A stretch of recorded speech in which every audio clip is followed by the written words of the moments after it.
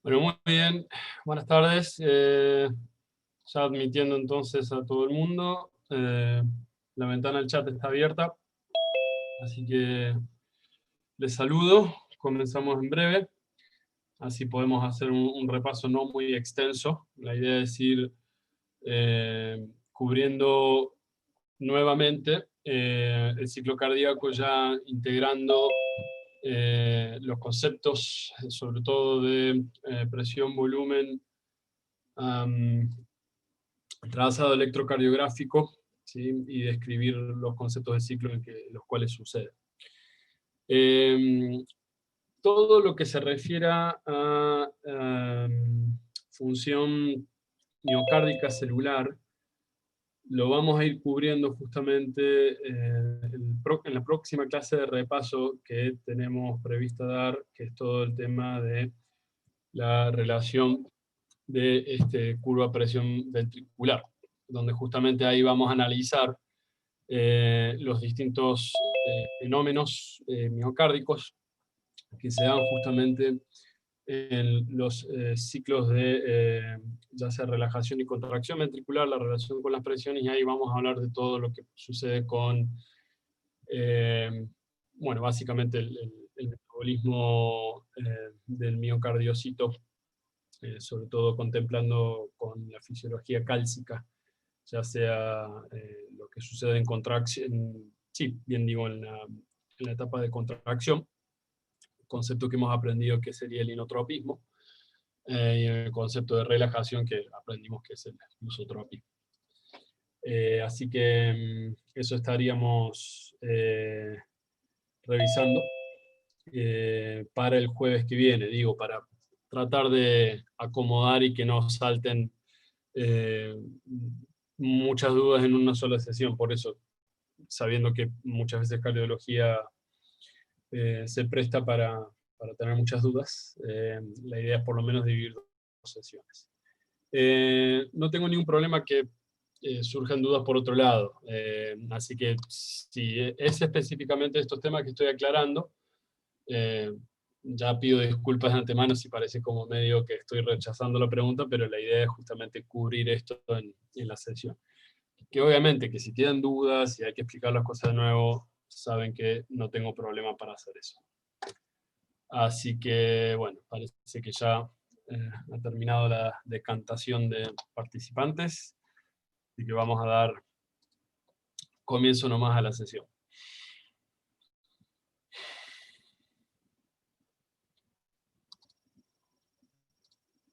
Bien. Creo que la gran mayoría, bueno, no sé si la gran mayoría, pero al menos creo que muchos de ustedes les pareció que esto interpreta bien un poco lo que quieren ver, al menos en una animación, o agrupar todas las fases del ciclo cardíaco en este gráfico. Así que vamos a seguir usándolo. Creo que a mí también me gusta bastante.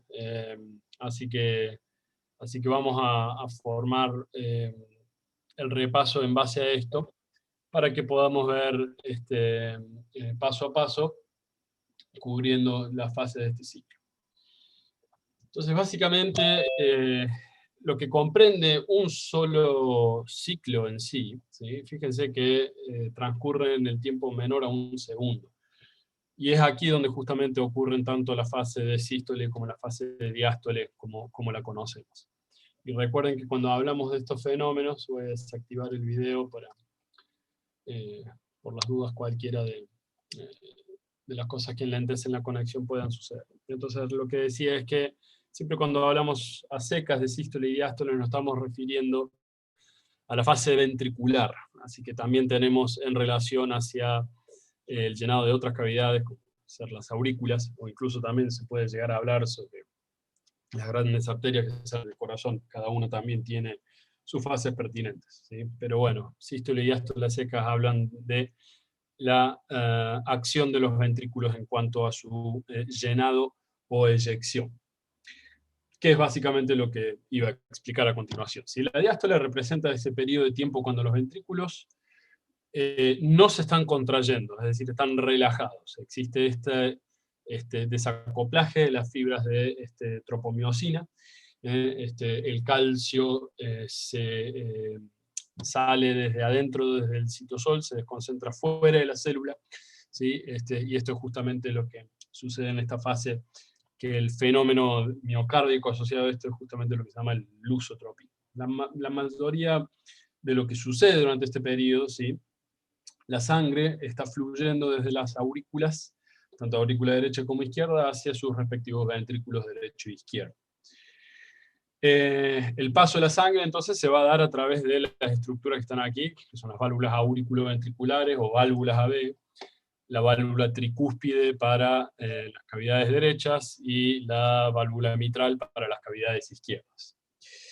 Entonces, previo a esto, ¿sí? Siguiendo ese caminito, si se quiere, inverso de ese glóbulo rojo en el cual ustedes van a tratar de situarse para aprender bien el camino cardíaco, hablamos que las cavidades derechas van a recibir el retorno venoso sistémico, las cavidades izquierdas van a estar recibiendo el retorno venoso pulmonar con sangre plenamente oxigenada, ¿sí?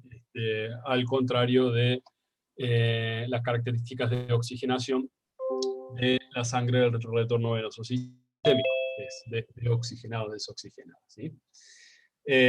Al fin de la diástole, entonces, tenemos la contracción auricular, que justamente termina o hace el llenado o enrasado también, si se quiere, de esa sangre que termina de completar el ventrículo. La sístole entonces representa ese tiempo en el cual tanto los ventrículos izquierdos y derechos contraen y de esta manera están realizando la fase eyectiva de la sangre hacia los grandes vasos. El ventrículo derecho entonces va a realizar la eyección del volumen ventricular hacia la arteria pulmonar y el ventrículo izquierdo hará lo mismo hacia la arteria sistémica que es la aorta. Estas comunicaciones ventrículo-arteriales también se dan a través de las válvulas, ¿sí? Conocidas también como las válvulas semilunares.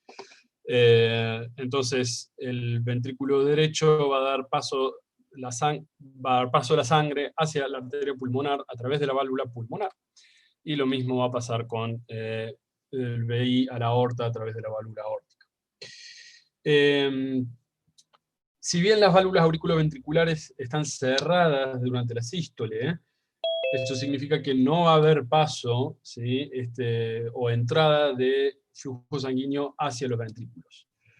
Pero en esta fase, en donde están cerradas las válvulas auriculoventriculares y se está produciendo la eyección, que es una fase muy corta en cuanto a segundos, y si se quiere tomar en cuenta justamente el tiempo sistólico, es 1/3 de la duración de la diástole en todo lo que hace el tiempo completo de la fase o el ciclo cardíaco.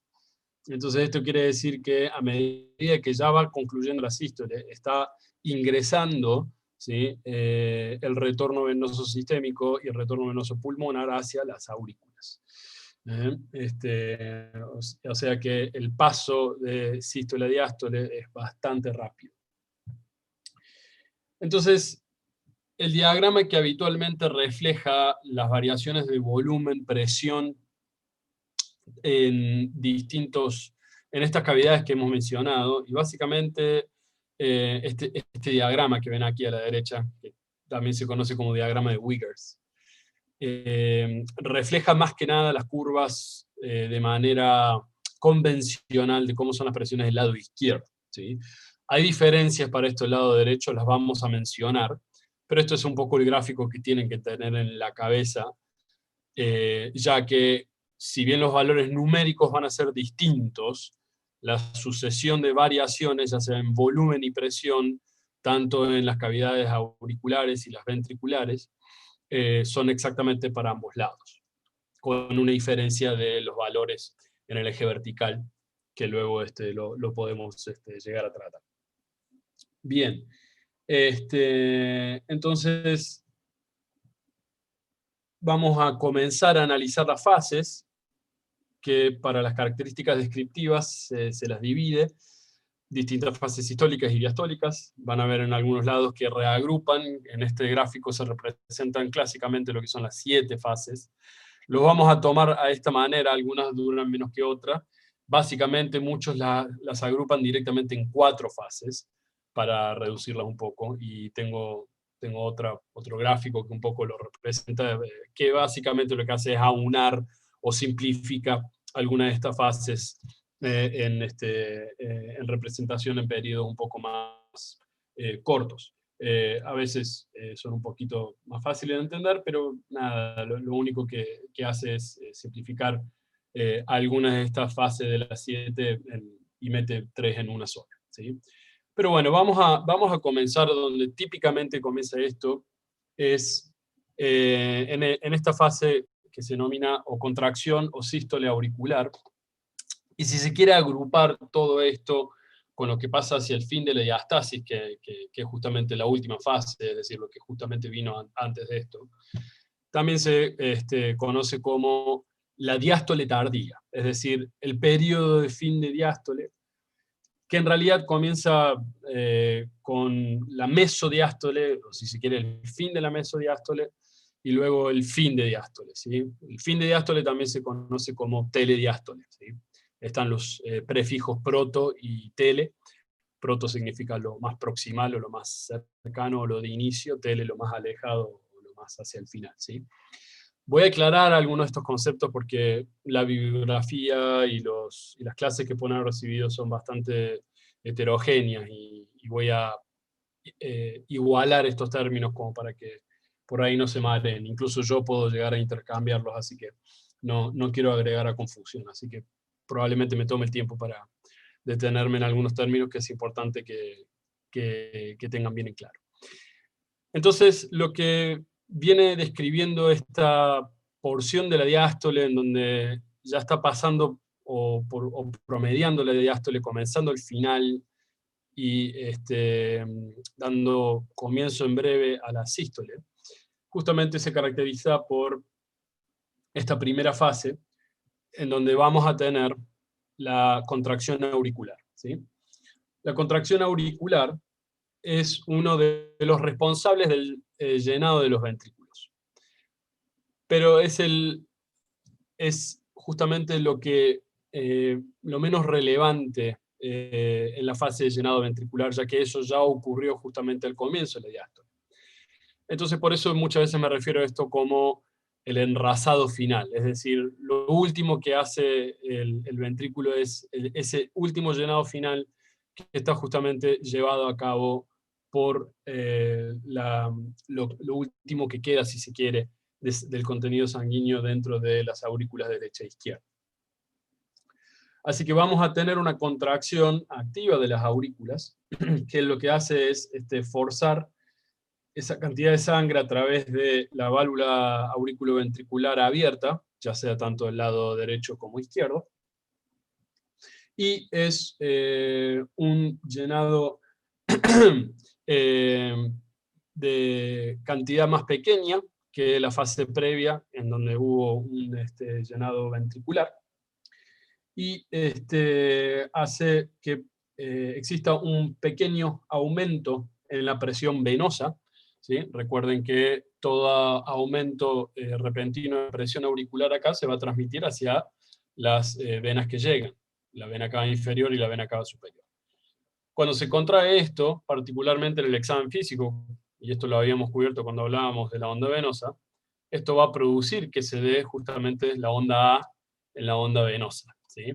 Y básicamente todo lo que vamos a estar viendo acá, o los fenómenos que habíamos hablado en la onda venosa, vamos a hablar de los fenómenos que justamente ocurren a nivel de la vena cava superior y que básicamente refleja lo que está ocurriendo en la aurícula derecha.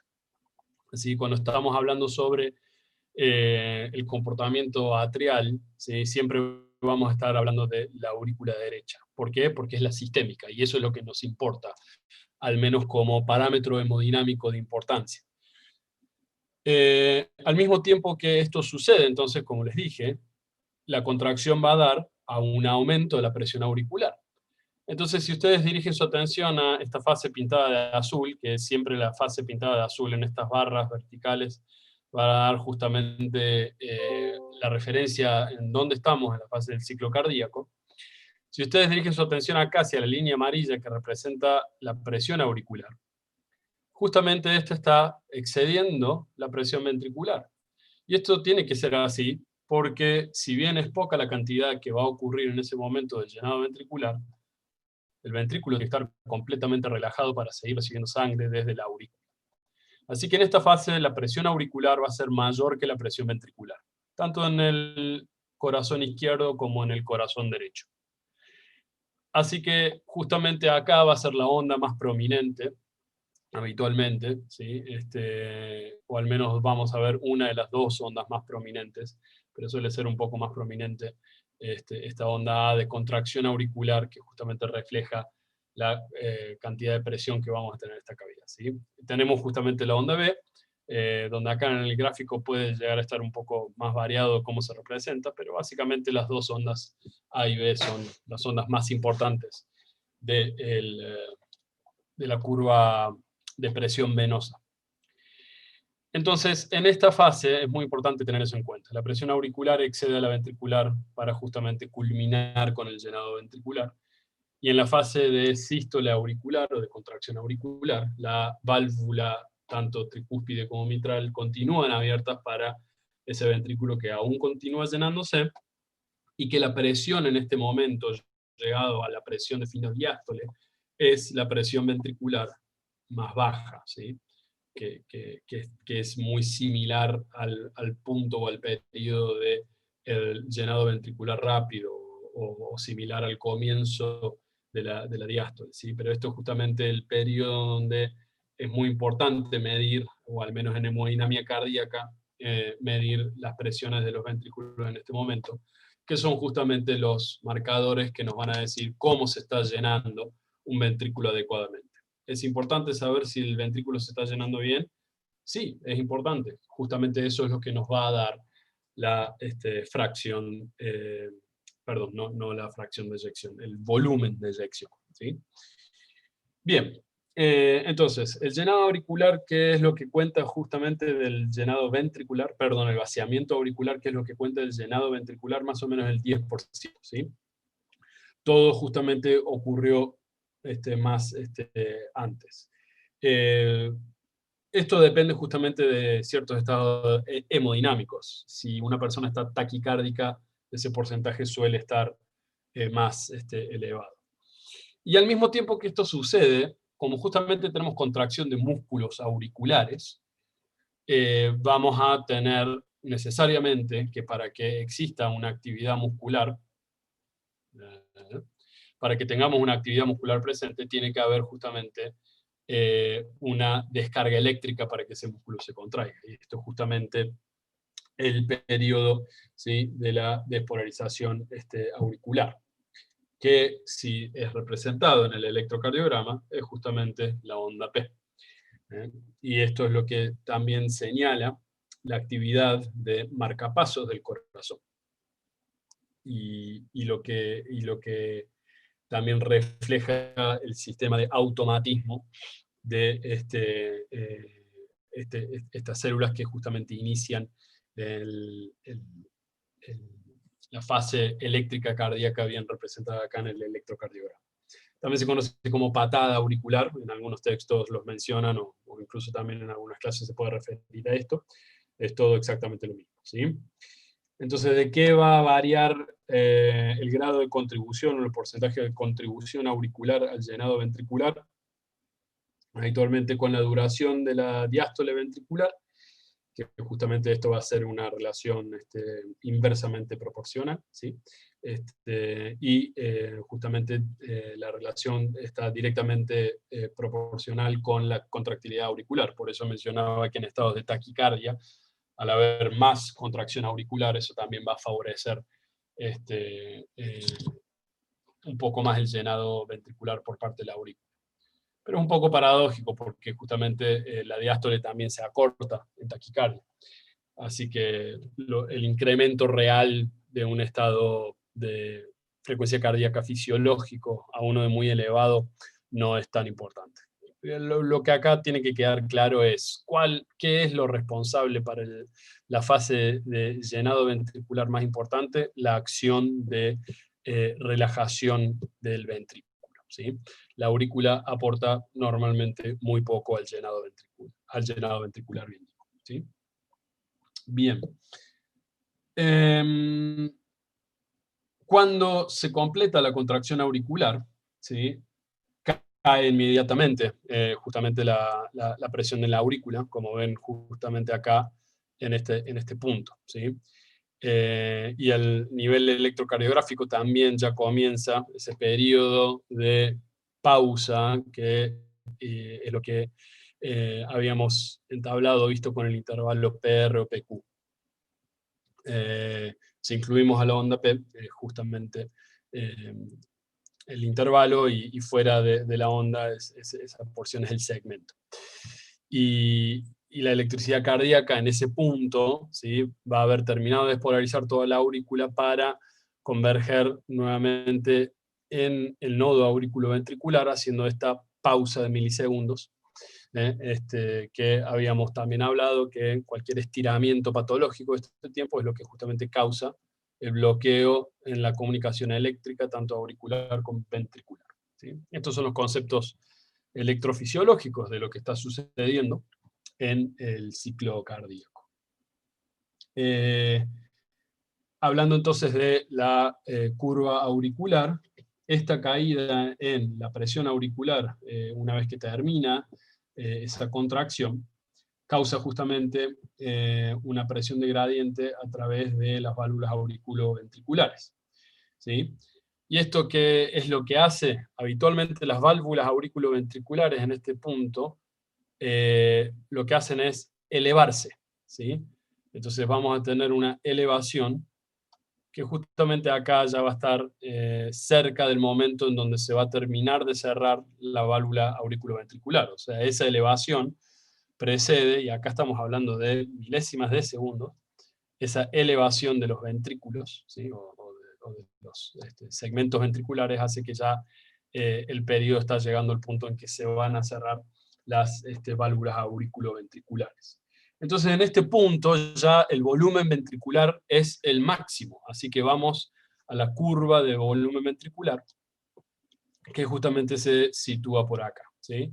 En estos 60 a 70 mililitros teóricos que justamente componen nuestro volumen efectivo. Un poquito más alto para el ventrículo derecho, que es un ventrículo de mayor volumen, y habitualmente esos 65 a 70 mililitros habitualmente reflejan la capacidad máxima de un adulto, obviamente, de un adulto promedio, de esta cifra. Bien, esto entonces es el punto en donde llegamos al volumen de fin de diástole, ¿sí? Se relaciona justamente con las presiones de fin de diástole que había mencionado, ¿sí? De 8 a 12 milímetros de mercurio en el ventrículo izquierdo, y de 5, ¿sí?, habitualmente, que es un buen número redondo, o de 3 a 5, incluso un poquito más, pero 5 es un buen número redondo para informar la presión de fin de diástole del ventrículo derecho, ¿sí? 8 a 12, muy raras veces excede 10, repito, entonces la presión de fin de diástole del ventrículo izquierdo, y 5, ¿sí?, o de 3 a 5 la presión de fin de diástole en el ventrículo derecho, ¿sí? En este momento entonces los ventrículos ya tienen su volumen, ¿sí?, de fin de diástole, que es justamente la precarga ventricular, ¿sí? Todo lo que ya han recibido los ventrículos de los retornos venosos sistémicos para el lado derecho y pulmonares del lado izquierdo. ¿Bien? Entonces, hasta aquí básicamente todo lo que tienen que saber de esta primera fase, o de la fase de contracción auricular o diástole meso a telediástole, ¿sí? Bueno, preguntas hasta aquí. Vamos a ir analizando cada una de las fases y después si tienen dudas o preguntas, las pueden hacer. Recuerden que pueden escribir en el chat o abrir los micrófonos y preguntar. Si hay una duda en el momento que estoy hablando, también me pueden interrumpir. Siéntanse completamente libres. Así que, bueno, les escucho, les leo y si no hay dudas, seguimos adelante. Profe, Sí, hola. Una hola. pregunta. Sí, En el gráfico, porque vio que todo lo que vimos recién lleva, o sea, en realidad conlleva a que eh, se complete o se termine de dar el volumen de fin de diástole, ¿no? sí, Este, y después, bueno, se va a eyectar el volumen sistólico o el volumen de eyección, sí. pero en el gráfico muestra el volumen ventricular y dice 60-65 mililitros, pero no es como 130, porque no es que como... 120, 120 del BI. El 70 es la diferencia que queda entre el volumen de fin de sístole con el fin de diástole, que es lo que justamente representa al volumen eyectivo. Pero el volumen de fin de diástole máximo que alcanza el ventrículo izquierdo, que es lo único que corregiría acá en el gráfico, sí, se aproxima a 120. Ahí sí tenés Claro, razón. porque como que en el gráfico no mostraba los 120, entonces como que estaba un poco perdida, yo digo tipo como no Sí, terminaba de entender eso. sí, sí, sí. Este, Habitualmente se puede llegar a representar entre 60 y 120. Yo creo que el gráfico acá quedó bastante estirado el eje de las X como para acomodar los otros valores de presión. Pero justamente entre lo que queda en el volumen de fin de sístole, que habitualmente son unos 50 mililitros, con el fin de diástole, que justamente es lo que habitualmente no se contabiliza. Entonces, el volumen eyectivo, que es importante que ustedes tengan esa cifra, y creo que es lo que representa acá el gráfico, es justamente esa diferencia que es lo que representa el verdadero volumen eyectivo, que son aproximadamente unos 70-75 mililitros cada latido. ¿Sí? Eso es un poco lo que concluye.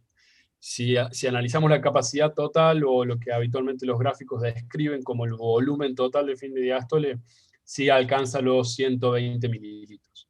Esos son valores teóricos, hay que aclarar también, ¿sí? bien, Así que como queda un remanente de volumen una vez que se eyecta, no se están eyectando los 120 mililitros, ¿sí? claro. Aproximadamente son justamente más bien entre 70 y 80 mililitros como representados como el volumen eyectivo teórico de una persona adulta. Buenísimo, gracias, profe. ¿Se entendió la aclaración a tu duda? Sí, sí, sí, gracias. Bien, perfecto.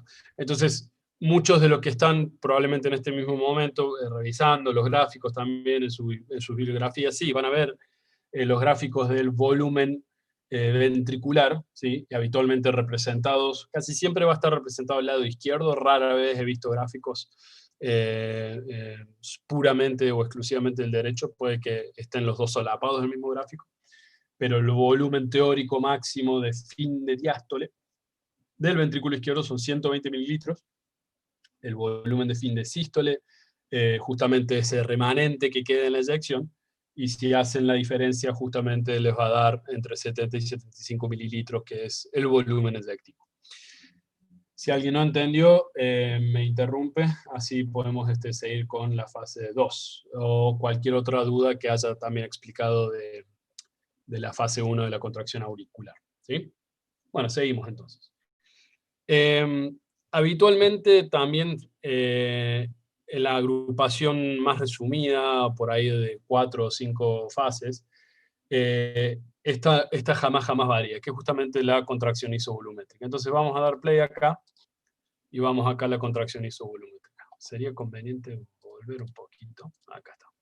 Bien, ahí está buenísimo, justo al comienzo de la contracción isovolumétrica. Entonces lo que veníamos, ¿sí?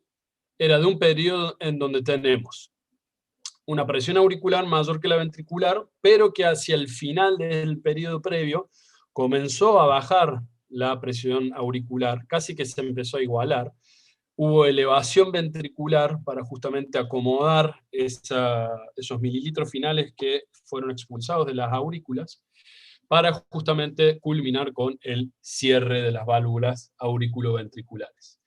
¿Y qué sucede cuando se cierran las válvulas auriculoventriculares, sobre todo si estamos auscultando el corazón en ese momento? Lo que ocurre es el primer ruido cardíaco, ¿sí? Que es justamente el cierre de las válvulas auriculoventriculares. Y este es uno de los dos periodos, ¿sí?, en donde todas las válvulas, tanto auriculoventriculares como semilunares, se encuentran cerradas. Por eso entonces se llama isovolumétrico, es decir, no hay variación de volumen. El volumen dentro de los ventrículos, como lo habíamos dejado al final de la fase anterior, está exactamente igual, ya que tanto las válvulas AB como las semilunares permanecen cerradas. Como en este ciclo se acaban de cerrar las válvulas AB, acá es donde justamente se va a producir el primer ruido cardíaco. En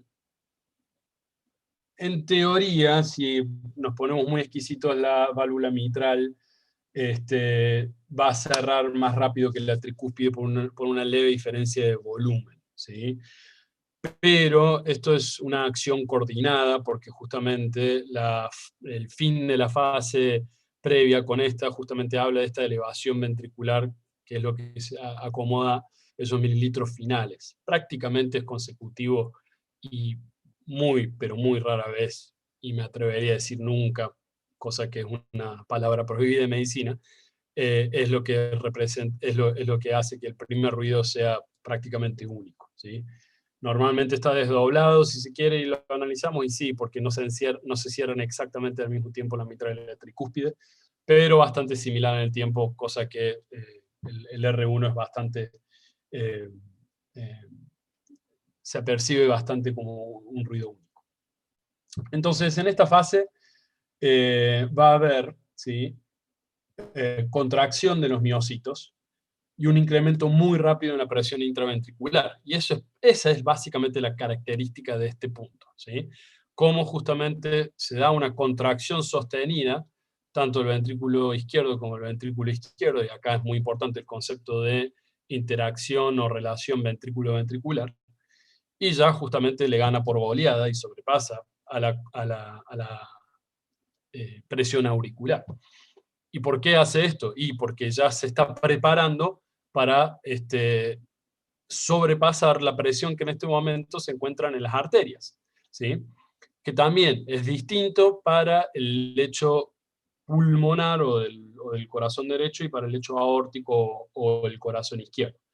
Entonces, solamente graficando el corazón izquierdo, la presión que en este momento, si bien está terminando la diástole, todavía no se abrieron las válvulas semilunares, así que todavía en las arterias tenemos la presión diastólica, y en la aorta eso habitualmente lo graficamos en 80 milímetros de mercurio. La arteria pulmonar está entre 10 y 15 hasta 18 milímetros de mercurio. Bien, entonces eso es el objetivo de los ventrículos. Los ventrículos tienen que vencer esa presión diastólica de las grandes arterias o de los grandes vasos para justamente abrir las válvulas semilunares. Entonces ya comienza acá el cuplaje o el coupling de excitación-contracción de del miocardio, perdón, o de los miocardiocitos. Entonces acá justamente comienza lo que es la fase del inotropismo, como el fenómeno del miocardio que está comenzando a suceder, ¿sí? Entonces también vamos a ver este cambio reflejado en el inicio del complejo QRS en el electrocardiograma, ¿sí? En el tiempo, en el periodo entre el cierre de las válvulas auriculoventriculares y la apertura de las válvulas pulmonar y aórtica, como les dije, se caracteriza por el aumento rápido de la presión ventricular, no varía el volumen dentro de los ventrículos. Entonces, la geometría o los cambios geométricos de los ventrículos, acá es donde el corazón se hace como más un globo, ¿sí? justamente la circunferencia aumenta, ¿sí? Y comienza a disminuir el largo de base a apex. Todo esto porque justamente el corazón se está haciendo como un bollo, que básicamente si ustedes hacen una contracción de bíceps es básicamente lo mismo, ¿sí? En este momento el corazón se vuelve en una cavidad de altísima presión y las máximas presiones en este momento están comenzando a elevarse para poder llegar a abrir, ¿sí? Las válvulas semilunares. ¿De acuerdo? Es una fase muy corta, por lo que inminentemente y en muy poco tiempo comienza la fase eyectiva, y esto sí se va a dar con la apertura de las válvulas semilunares. Otra cosa que podemos ver en este punto de la contracción isovolumétrica, como justamente se contraen los ventrículos, la porción anular, y como acá justamente me voy a referir a qué es lo que vemos en la curva venosa, o la presión venosa, el anillo de la tricúspide se eleva justamente por esa contracción. Entonces, no, y eso es otro error de este gráfico, si lo vamos a analizar bien detenidamente. Lo elegí más que nada por la simpleza, no para tomar los tiempos. Traten de ustedes ver más específicamente los gráficos de la bibliografía. Acá Profe, hace... Sí, disculpe, ¿lo puede volver a repetir que justo se me cortó re mal? ¿qué pasó? Se me cortó justo cuando iba a hablar en la parte de la válvula tricúspide. Bien, no la había terminado la idea de todas maneras, así que vamos a describir qué es lo que pasa dentro de la presión auricular o de la presión venosa. La válvula Bueno. tricúspide, justamente, supeditada a al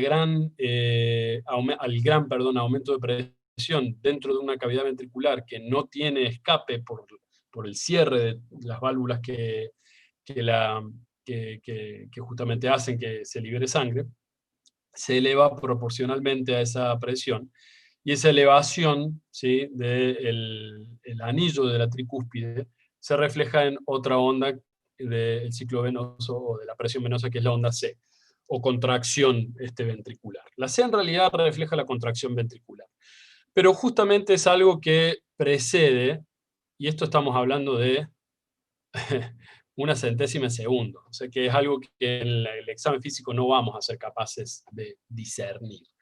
Nadie tiene ese poder. Entonces, si nosotros prestamos atención, básicamente va a ser el periodo en que coincide con el latido carotidio. ¿Y por qué coincide con el latido carotidio? Porque justamente la diferencia de la onda A con la C, básicamente no vamos a poder discriminar justamente entre estas dos fases de modo clínico. Entonces, lo que justamente continúa a la contracción isovolumétrica es la eyección, como vamos a ver en ese momento el latido carotidio, porque justamente se llena de la sangre que ya está ingresando hacia la aorta, ¿sí? Entonces, muchas veces la onda C, muchos lo reflejan como la onda carotidia, ¿sí? Eh, Insisto, a los fines prácticos no está mal, no se les va a considerar como un error, pero la letra C en realidad la recibe por contracción ventricular, ¿sí? Así que hay una mínima diferencia temporal en cuanto a las fases por las que se denominan las curvas o las ondas, mejor dicho, de la presión venosa.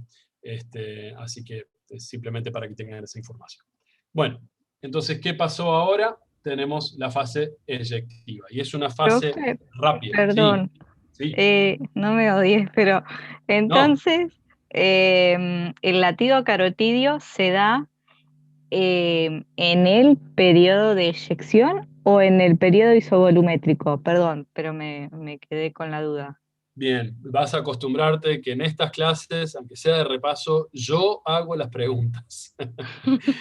Y digo esto por lo siguiente. ¿Qué es lo que justamente caracteriza la contracción isovolumétrica? ¿Hay flujo de sangre hacia algún lado? No, Bien, entonces para que haya latido carotidio, ¿la sangre por dónde tiene que estar corriendo? por por la vena. ¿Por qué vena? ¿Qué es No, la perdón, carótida? nada que ver, nada que ver. Por la aorta. Por la aorta, exacto. Entonces, Sí, si hay ¿verdad? sangre dentro de la aorta, ¿estamos en periodo eyectivo, sí o no? Sí. Bien, entonces eso responde justamente vos te has respondido a tu misma Ah, pregunta demostrando el bien, bien, conocimiento bien. de fisiología cardiovascular. Entonces lo que quería Gracias. ejemplificar era justamente eso. ¿Dónde ocurre específicamente la onda C de la presión venosa, por así llamarla? En realidad ocurre durante la contracción ventricular en el periodo de contracción isovolumétrica. Pero la disquisición de esta onda en el examen físico coincide por unos centésimas de segundos, ¿sí? Nuevamente, si ven acá en el puntero va entre 0,1 y 0,2. Entonces eso en el ojo humano al examen físico no puede discernir eso. Básicamente coincide cuando nosotros vemos, que es similar al ejemplo que acabo de dar en cuanto a ver si la tricúspide y la mitral se cierran al mismo tiempo o no. Realmente si lo cronometramos y lo vemos en cámara súper lenta, vamos a ver que la mitral se cierra primero y la tricúspide después. Pero si ocultamos, el R1 siempre lo vamos a escuchar por lo general único. Bueno, entonces acá ocurre lo mismo, ¿sí? La onda C, en realidad, se llama C por contracción, que es la contracción ventricular. Pero en el examen físico vamos a ver que básicamente eso, el llenado de la carótida, que ya está en la fase eyectiva, se va a dar, insisto, al ojo humano, al ojo del examen físico al mismo tiempo, ¿sí? Por eso en muchas nomenclaturas dicen onda C y entre paréntesis o comillas, onda carótida, ¿sí? Solo quiero aclarar eso, para dar un poco de contexto y por qué yo les enseño que la C en realidad es por contracción ventricular.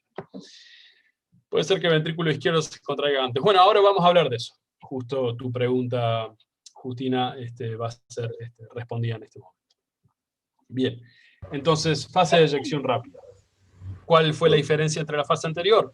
La presión sigue aumentando de los ventrículos, y se abren justamente las válvulas semilunares, entonces acá sí ya hay una variación en el volumen de los ventrículos, y que justamente acá lo ven en la curva blanca o en la línea blanca, cómo hace un rápido descenso de volumen intraventricular al mismo tiempo que hay un rápido ascenso, si podríamos graficarlo también acá, de el volumen aórtico, ¿sí? Pero habitualmente no hacemos justamente esa curva, lo que hacemos justamente es representar el llenado de los grandes vasos, y recuerden las características histológicas de estos, que son vasos de gran distensibilidad o elastancia, es decir, su función es justamente acomodar el volumen eyectivo ventricular, y por consiguiente el gran llenado de este volumen al aumentar los diámetros o la dimensión de los vasos, la presión dentro de esta justamente va a cambiar y va a aumentar, ¿sí? Por lo que también aumenta la presión aórtica y ventricular. Entonces en este punto está por comenzar el llenado auricular, pero las presiones bases de las aurículas acá son prácticamente equivalentes a cero, ¿sí? Básicamente no hay presión auricular, ¿sí? Eso lo pueden decir con toda tranquilidad, ¿sí? Las presiones auriculares en este momento son cero.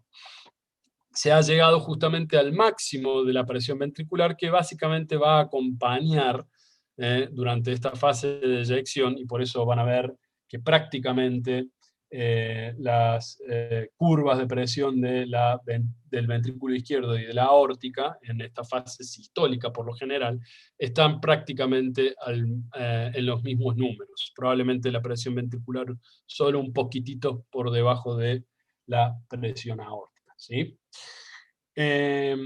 Entonces, ¿cuándo comienza la eyección? Cuando las presiones intraventriculares exceden justamente las presiones diastólicas pulmonares y aórticas. Por eso en este gráfico, teniendo la presión diastólica de 80, la presión ventricular perfora esa cifra, ¿sí?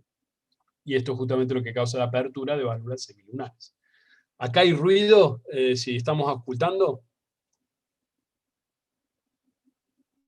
No. No, muy bien, no tiene que haber ruido. Si hay ruido en este periodo, quiere decir que muy probablemente puede llegar a haber una obstrucción, ¿sí?, a este punto, ¿eh? Y eso es lo que justamente se conoce como soplo. Por eso habitualmente la gran mayoría de los soplos que se pueden llegar a ocultar, patológicos, claro están, ocurren justamente durante la sístole, ¿sí? Puede haber otras causas de soplo durante la sístole, sobre todo si tenemos un hueco entre los ventrículos. Pero bueno, justamente acá lo que quiero graficar es que durante la sístole no tenemos ningún ruido posible, ¿sí? ¿Estamos? Acabamos de salir del periodo en donde se acaban de cerrar las válvulas auriculoventriculares, perdón, y fue el ruido 1, pero justamente este es el periodo de silencio, ¿sí? Entre el ruido 1 y el ruido 2. Y eso es importante tenerlo en claro. Bien. La presión entonces gradiente a través de la válvula, ¿sí? Normalmente es baja, porque justamente acá hay un lecho de baja resistencia, ¿sí? Por eso entonces incrementa tan rápidamente las presiones dentro de tanto de la aorta como de la arteria pulmonar, acompañando a la gran presión que en la fase previa los ventrículos acumular, ¿sí? Entonces, esto es justamente lo que sucede durante la eyección rápida, ¿sí? Entonces, muy rápidamente la sangre comienza a abandonar los ventrículos y comienzan a llenar los grandes vasos, ¿sí? La eyección va a llegar a su pico. Entonces entramos a una cuarta fase que comienza a reducir la cantidad de sangre que va a ser eyectada desde los ventrículos, es decir, está comenzando a finalizar la contracción. Antes de pasar a esto, me olvidé de mencionar durante la contracción isovolumétrica qué es lo que está pasando con la actividad eléctrica. Y bueno, lo que justamente culmina acá, que lo que comenzó con ese aumento de presión fue justamente, bueno, habíamos dicho, el inicio de ese cuplaje o el coupling de miocardiocitos durante esa fase de contracción. Entonces la apertura valvular semilunar, y esto empieza a responder un poco tu pregunta, Justina, la apertura valvular semilunar se va a dar consistentemente bastante similar en el plano del tiempo, por lo que la contracción siempre tiene que ser simétrica, ¿sí? Y esto justamente habla de que existen estas interacciones ventrículo-ventriculares. Si uno diseca, ¿sí?, todo el tejido miocárdico en las capas cardíacas, básicamente están las dos cavidades ventriculares entrelazadas entre sí. No es que hay un cono de músculo del ventrículo derecho y un cono de músculo del ventrículo izquierdo. Son redes, ¿sí?, en distintas fibras horizontales, diagonales y verticales que van cubriendo justamente al sistema ventricular. Entonces la contracción es al unísono, ¿sí? No hay una descompaginación. Si fuese eso, eso habla justamente de una falla en la interacción ventrículo-ventricular. En algunos casos puede llegar a ocurrir, pero son estados patológicos, y eso se tiene que tratar, ¿sí? Así que la contracción, justamente, gracias a esas comunicaciones gap, ¿sí?, o de nexo de los miocardiocitos, hacen que la descarga eléctrica sea sincrónica.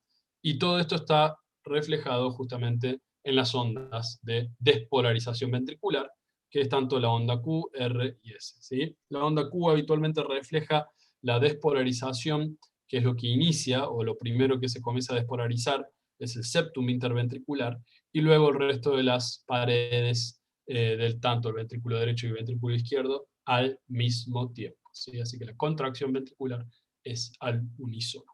Y eso está muy bien representado en la onda electrocardiográfica, que es el complejo QRS. Entonces, en este punto, el fenómeno del miocardiocito continúa estando relacionado, ¿sí?, con la cantidad de calcio intramiocardiocitaria, por lo que estamos en la fase inotrópica, ¿sí?, que es el fenómeno que describe a la capacidad contráctil del músculo. Pasando a esta etapa también bastante corta, que es la etapa de eyección reducida, justamente que ya comienzan a bajar las presiones tanto intraórtica e intraventricular, ¿sí?, y los últimos mililitros de volumen sanguíneo del ventrículo derecho e izquierdo están siendo expulsados hacia los grandes vasos, ¿sí?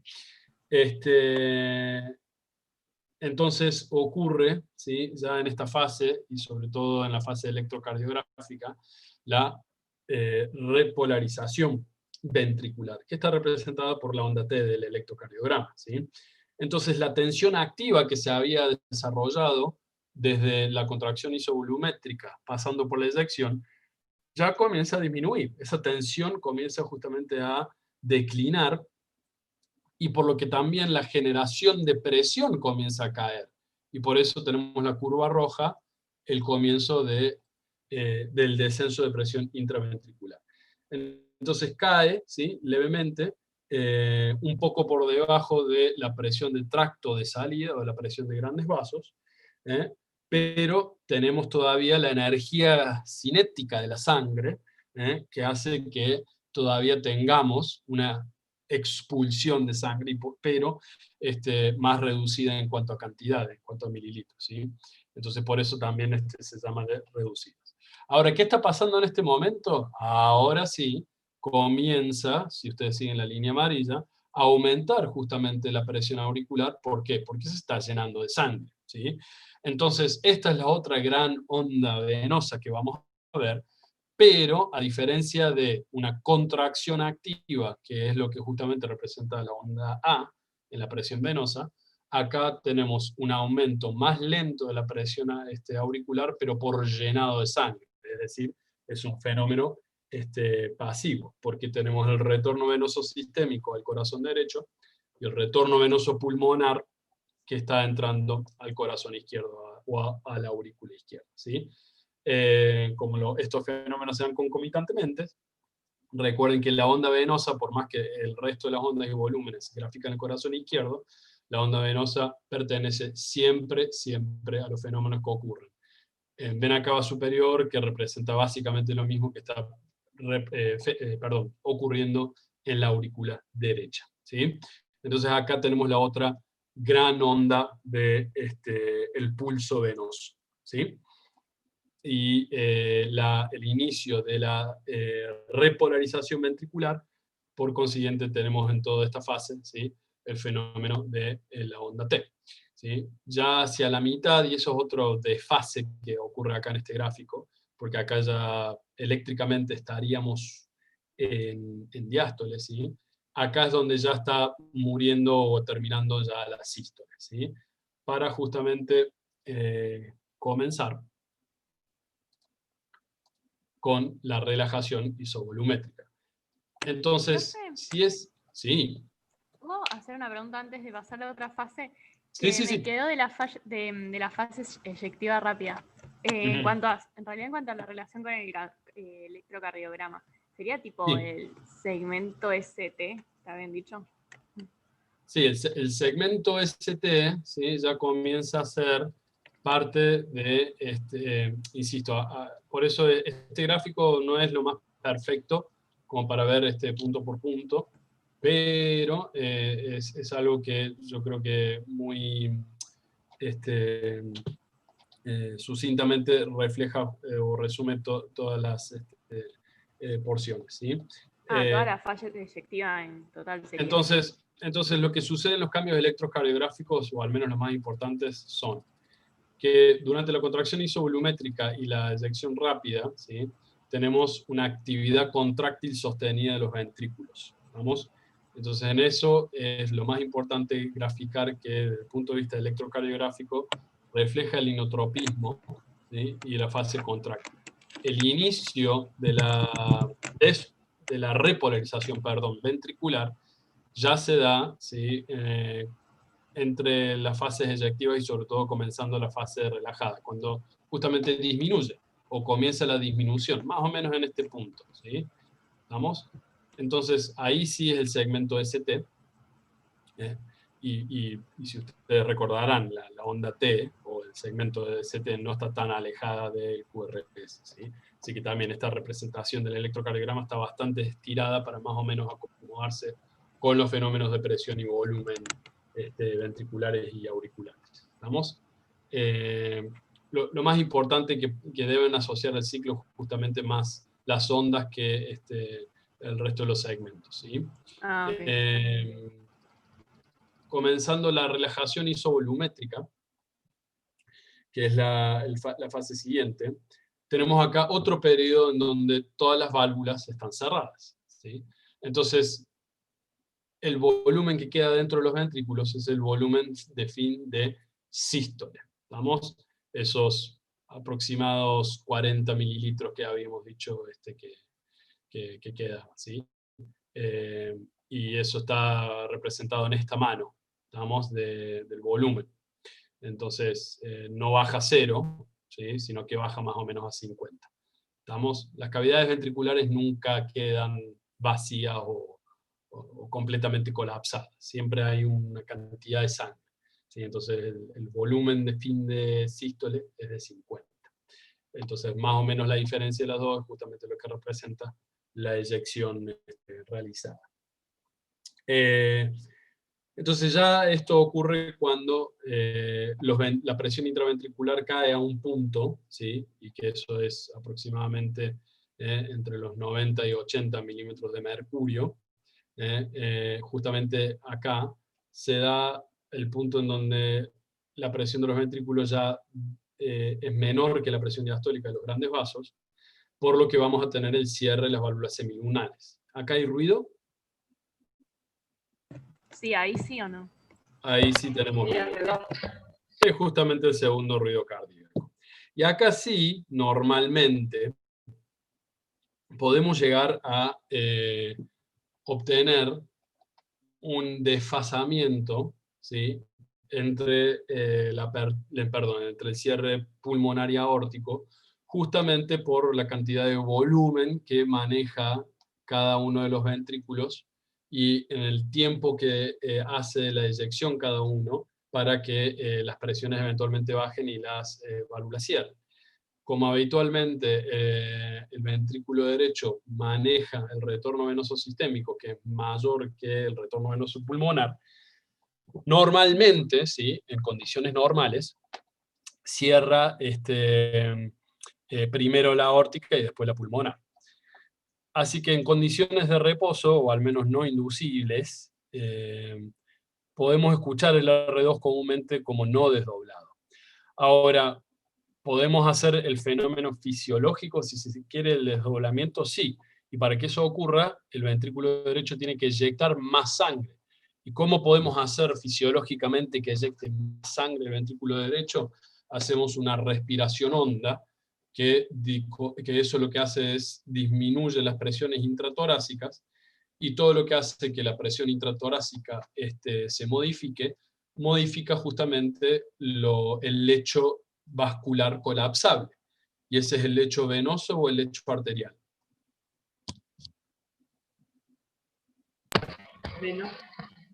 Venoso, exactamente. Entonces el lecho venoso, siempre que va a estar supeditado a un cambio de presión intratorácica, va a acompañar justamente estos cambios, ingurgitándose o llenando más, ¿sí?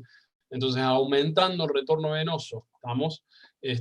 Al hacer una inspiración forzada, o, bueno, sí, ya han visto respiratorio. Al hacer una inspiración forzada, justamente ocurre este fenómeno. Más sangre va a llegar a la aurícula derecha, más al ventrículo derecho, por lo que la eyección de sangre del ventrículo derecho se va a tardar un poco más de lo que en reposo o con la respiración fásica o con el volumen tidal, si le quieren llamar, ocurre. Entonces, cuando hacemos a alguien respirar hondo, ahí en ese momento el cierre sí, o mejor dicho, segundo ruido, se va a desdoblar, o al menos su desdoblamiento se va a exagerar aún más, ¿sí? Bien. La representación del cierre de la válvula semilunar aórtica, o la válvula aórtica, se representa acá en la incisura dicrótica del gráfico del diagrama de Wiggers, ¿sí? Eso es justamente el pequeño retorno, ¿sí?, de sangre dentro de los ventrículos, justo al momento del cierre, y eso es lo que justamente causa esta incisura o la onda dicrótica, ¿sí? Y tenemos un leve aumento, que es justamente esta curva que tenemos acá, que ocurre justamente tanto en la arteria pulmonar como en la aorta, ¿sí? Tenemos un momento en donde muy levemente vuelve a aumentar muy poquito la presión en los grandes vasos y luego vuelve a bajar hacia la presión diastólica, ¿sí? Entonces, este fenómeno ocurre inmediatamente después del cierre. Justamente después del cierre se hace como una ingurgitación arterial más, y por eso observamos ese incremento mínimo en la presión antes de comenzar ya a bajar durante la fase bien de lleno del resto de la fase diastólica, ¿sí? Así que aquí ya comienza justamente la diástole, o al menos el periodo diastólico, que justamente comienza con la relajación isovolumétrica. Entonces esto es justamente todo lo contrario a lo que sucede con la contracción isovolumétrica, pero lo que sí comparten en común es que están todas las válvulas cerradas, ¿sí? Así que ya saben que hay dos momentos en el ciclo cardíaco en donde tanto las válvulas AV como semilunares están todas cerradas. En una fase, que es el comienzo de la sístole para comenzar la contracción ventricular, y en otra fase justamente que es el comienzo de la diástole para comenzar con la relajación ventricular. Al ritmo en el cual desciende la presión en los ventrículos justamente está determinada por la velocidad o al tiempo en que se comienza a relajar las fibras musculares. Y este es el fenómeno miocárdico asociado con el concepto de lusotropismo, ¿sí? Pero que es una actividad que justamente depende de los fosfatos activos de alta energía o ATPs, ¿sí?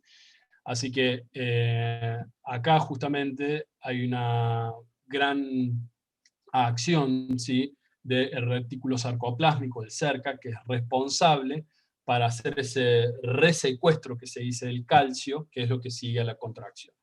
Y eso es lo que justamente se refiere al concepto de cuplaje o acoplamiento de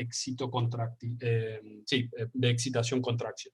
Vamos a cubrir eso mucho más en detalle y sobre todo a nivel molecular cuando hablemos de relación de presión-volumen ventricular, porque ahí vamos a hablar sobre fisiología ventricular y cuáles son los fenómenos asociados, como para descartar, ¿sí? Pero básicamente acá los fenómenos del miocárdico que tienen que aprender es que la capacidad de contraerse de una fibra miocárdica es justamente el inotropismo, así que eso va a estar asociado a la sístole, y la capacidad de relajación de la fibra muscular justamente está asociado a este fenómeno al lusotropismo o a la relajación o a la diástole ventricular. Aunque las presiones ventriculares comienzan a disminuir en esta fase, el volumen no cambia porque todas las válvulas están cerradas, ¿sí? Entonces el remanente de volumen, justamente este volumen de fin de sístole, son, como habíamos dicho, para el ventrículo izquierdo, el volumen de fin de sístole, ¿sí? Y ya comienza a ingurgitarse por completo, y acá es donde el pico, la onda B, hace su pico más alto, porque justamente las capacidades auriculares están llenas. Así que si vemos acá en la fase, la presión auricular en este momento vuelve, tal como comenzamos la sístole auricular, en esta fase también vuelve a tener mayor presión en las aurículas que en los ventrículos. ¿De acuerdo? ¿Sí? Entonces también acá están aproximadamente los picos auriculares, ¿sí?, o de presión auricular. Más o menos de 7 a 10, no mucho más de 10 en la aurícula izquierda, y de 3 a 5, no mucho más de 7 para la aurícula derecha, ¿sí? La presión auricular izquierda siempre está un poquito levemente más alta que la derecha. ¿Bien? Bueno, entonces una vez que ya cae o aumenta, ¿sí?, la presión, acá ya el protagonismo lo tienen las aurículas, justamente cuando esa presión auricular ya justamente excede, ¿sí?, a la presión ventricular, que se continúa relajando hacia el final de la fase 5, ¿sí?, las presiones ventriculares ya caen hacia un punto más bajo que las presiones auriculares. Entonces esto ya da momento a la apertura de las válvulas auriculoventriculares, se abren rápidamente y comienza el llenado ventricular rápido. Y este llenado ventricular, ¿sí?, es el más importante. Aquí es justamente donde se hace el 80 a 90% del llenado ventricular, ¿sí? Entonces este sería probablemente la fase más importante, ¿sí?, de la diástole, porque justamente está hablando de cómo va a ser mi precarga ventricular, que va a determinar cómo es mi volumen eyectivo, que básicamente va a representar la distribución de sangre tanto al lecho pulmonar como al organismo, ¿sí?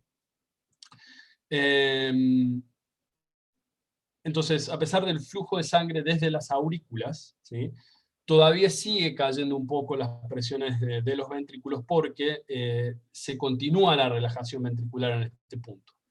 Una vez que los ventrículos están completamente relajados, ¿sí?, las presiones a partir de ese punto van a empezar a aumentar muy de a poquito a medida que se van llenando con la aurícula, ¿sí? Así que en este punto está la presión intraventricular todavía sigue bajando de a poco, y a medida que se va llenando, y acá en este punto podemos verlo perfectamente representado en este gráfico, a medida que se va llenando, ¿sí?, que es la curva blanca ascendente, que es bien rápida, muy de a poco, ¿sí?, en este momento que todavía no ha comenzado a llenarse de todo, la presión ventricular, que es la línea roja, sigue disminuyendo, pero comienza su curva ascendente a medida de que se va llenando de sangre, que es lo que proviene de las aurículas, ¿sí? Acá justamente como se descargan rápidamente las aurículas, su presión comienza a caer, ¿sí?, y es el descenso de presión más importante que tienen las aurículas. Y por más que acá no esté la letrita, ¿sí?, este es justamente el valle Y o Y, ¿sí?, o el descenso, el Y descent, lo que se llama, ¿sí?, o el descenso de la presión auricular, sobre todo viendo justamente, bueno, tanto la aurícula izquierda como la aurícula derecha, ¿sí? Entonces podemos ver como un colapso, podemos ver un colapso de la vena yugular interna, que es justamente lo que representa que sucede en la vena cava superior, lo que representa lo que sucede en la aurícula. Profe, ¿por qué de igual manera bajan las presiones ventriculares? Claro, porque se están relajando, ¿sí?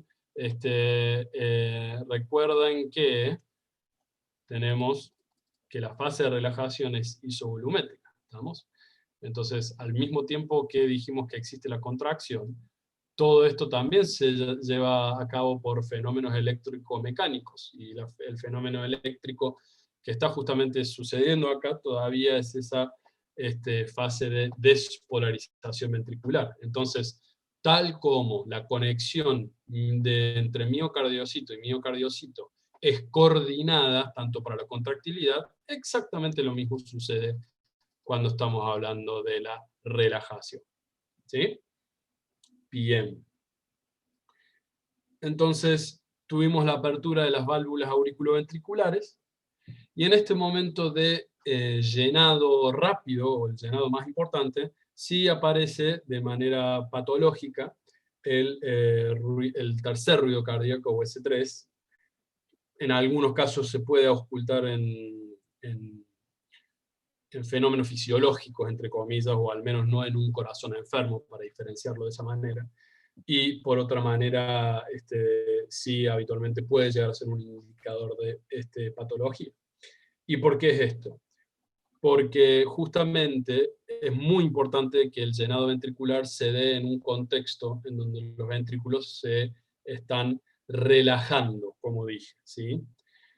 Si esto se da en un contexto en donde los ventrículos no están relajados, tal como es el caso típico o común de un corazón hipertrófico, ¿sí?, donde tenemos las fibras ventriculares patológicamente hipertróficas, lo que justamente hace que en la histopatología de estas fibras musculares no se relajen de manera adecuada. Entonces, la sangre que golpea contra ese ventrículo justamente produce una turbulencia traducida en un ruido, que es justamente el S3. ¿Sí? Cuando este fenómeno de miocardio en vía de relajación todavía produce cierta... no me sale la palabra, perdón. Cierta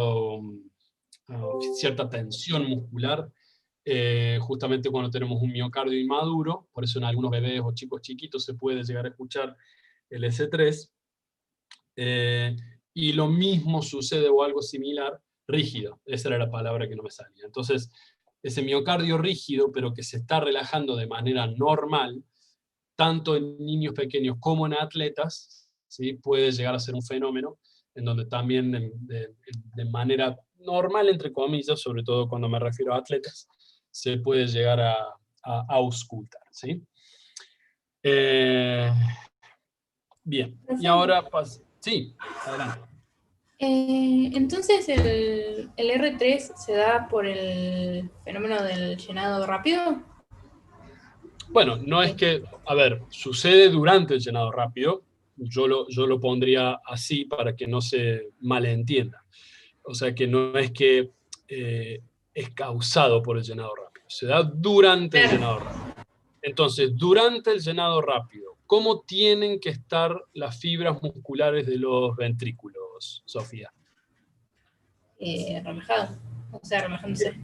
En relajación, exactamente, en relajación para luego, sí, ya va a tener un punto máximo de relajación que se representa con el periodo de presión más baja intracavitaria ventricular, ¿de acuerdo? Entonces, de esa manera se da fisiológicamente el contexto contexto, y lo remarco, ¿sí? El contexto del llenado ventricular rápido. Si, por el contrario de esa característica del lusotropismo ventricular, no tenemos un ventrículo relajado, todo lo contrario, está contraído, probablemente por una patología, el llenado ventricular contra un ventrículo rígido, y esa era la palabra que no me salía, qué suerte que la encontré, va a causar una turbulencia. Y esa turbulencia se refleja justamente en el fonocardiograma o cuando estamos hablando en otro ruido cardíaco, que es el ruido cardíaco 3. ¿Sí? Así que por eso, hay condiciones en donde se puede llegar a esperar cierta rigidez sin necesariamente hablar de un estado patológico, y por eso se dice que el R3 no siempre implica enfermedad cardíaca. Eso es un poco el punto que necesitan tener en cuenta. Bien, última fase entonces es el periodo de diástasis. Y ya terminamos con el ciclo cardíaco. ¿Sí? ¿Qué es lo que sigue entonces al llenado ventricular rápido? Y sigue entonces el fenómeno del llenado ventricular, pero ya un poco más lento, porque, ¿qué pasa? Comienza de a poquito a levantarse la presión intraventricular. Ya se terminó de relajar por completo en esa transición de estas dos últimas fases que estuvimos hablando. Entonces, al momento que ya los ventrículos están adquiriendo mayor volumen sanguíneo, naturalmente la presión intracavitaria ventricular va a comenzar a aumentar. ¿De acuerdo? No aumenta, y por eso la diferencia entre la raya naranja o amarilla y la fase roja, no aumenta hasta superar la presión auricular. Entonces la presión auricular en este momento es más alta o más baja que los ventrículos. Más alta. Las aurículas están más altas que los ventrículos en cuanto a presión. ¿Y cómo también me estoy dando cuenta de que eso es así? Porque si no, no tendríamos abiertas las válvulas auriculoventriculares. Por lo tanto, no solo porque tenemos una presión más alta, sino que también se sigue llenando y la presión intraventricular no supera la auricular, por lo que todavía van a permanecer abiertas las válvulas auriculoventriculares. Pero en esta fase de diástasis ya no se están relajando los ventrículos, se están comenzando, ¿sí?, a contraer muy de a poquito para comenzar a aumentar, ¿sí?, ese gradiente de presión. ¿Sí? Ese gradiente de presión comienza a diferenciarse, ¿sí?, notablemente, que es lo que condiciona también que en este momento el llenado de los ventrículos no es tan rápido. entonces también comienza a ser más lento, ¿sí? Entonces, ese aumento en la presión intraventricular reduce el gradiente de presión a través de las válvulas AB, haciendo que el ritmo de llenado comienza a decaer bien hacia la final de la diástole. ¿Se entendió esa parte? ¿O lo explico de nuevo? Bien. Entonces, a diferencia de este momento del llenado ventricular rápido, el llenado ventricular rápido se da porque justamente se abren las compuertas de un lugar de alta presión a un lugar donde es una presión muy baja.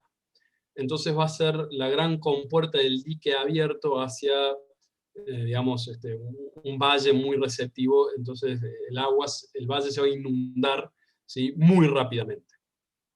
Entonces, a medida que ese valle se va llenando de a más, ¿sí?, tenemos una capacidad que lo que precede a la compuerta del dique, en donde ya no va a comenzar a llenarse a la misma velocidad.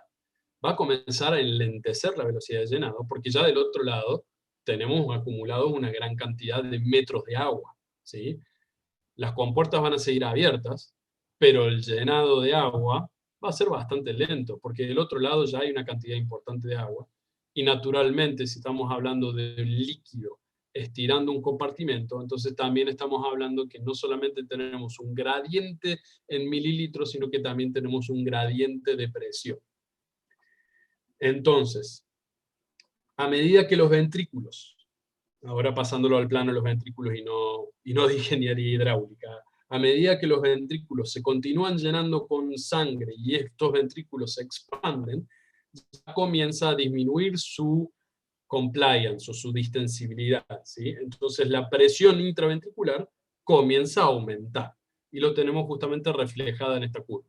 Es muy sutil, pero la curva roja está ascendiendo, pero siempre por debajo de las aurículas, porque todavía no se cierran las válvulas auriculoventriculares, ¿de acuerdo? Entonces, el aumento de esta presión intraventricular reduce ese gradiente de presión. Cuando hablamos de gradiente de presión, es porque teníamos en un momento goleada de 10-0, pero ahora tenemos una presión que está en 6-5. Entonces, si tenemos ese gradiente de presión de 6-5, sí, va a favorecer que la sangre todavía fluya de la aurícula al ventrículo, pero no de una manera, ¿sí?, tan alevosa como cuando tenemos una presión de 10-0. Entonces, ¿se entiende ahí? Sí, profe, ahí se entendió. Bien. Entonces, ese gradiente de presión a través de las válvulas auriculoventriculares se va reduciendo, y por consiguiente vamos a tener un ritmo de llenado más lento, que esto es justamente la característica del llenado que se está dando hacia el fin de diástole, ¿sí? ¿Estamos? Entonces imagínense que es la misma situación cuando le hacen hacer la famosa expiración forzada, que es como que están ya sacando los últimos mililitros que pasivamente están yendo de la aurícula al ventrículo para hacer justamente para llenar en este punto. ¿Qué pasa con la presión arterial, tanto la arteria pulmonar como la aorta? Todavía siguen bajando, y tienen que seguir bajando para llegar a esa presión diastólica final, sistémica hablando, de 80, para que después justamente en la fase de contracción isovolumétrica y eventualmente de eyección, esa sea la presión que mis ventrículos tienen que superar, ¿sí? Entonces, las grandes arterias de a poco, gracias a su distensibilidad, vuelven muy lentamente también durante la fase diastólica a su presión final diastólica de base, que se llama, ¿de acuerdo? Y entonces se va terminando de llenar el ventrículo. ¿Y cómo se termina de llenar el ventrículo de una buena vez por todas?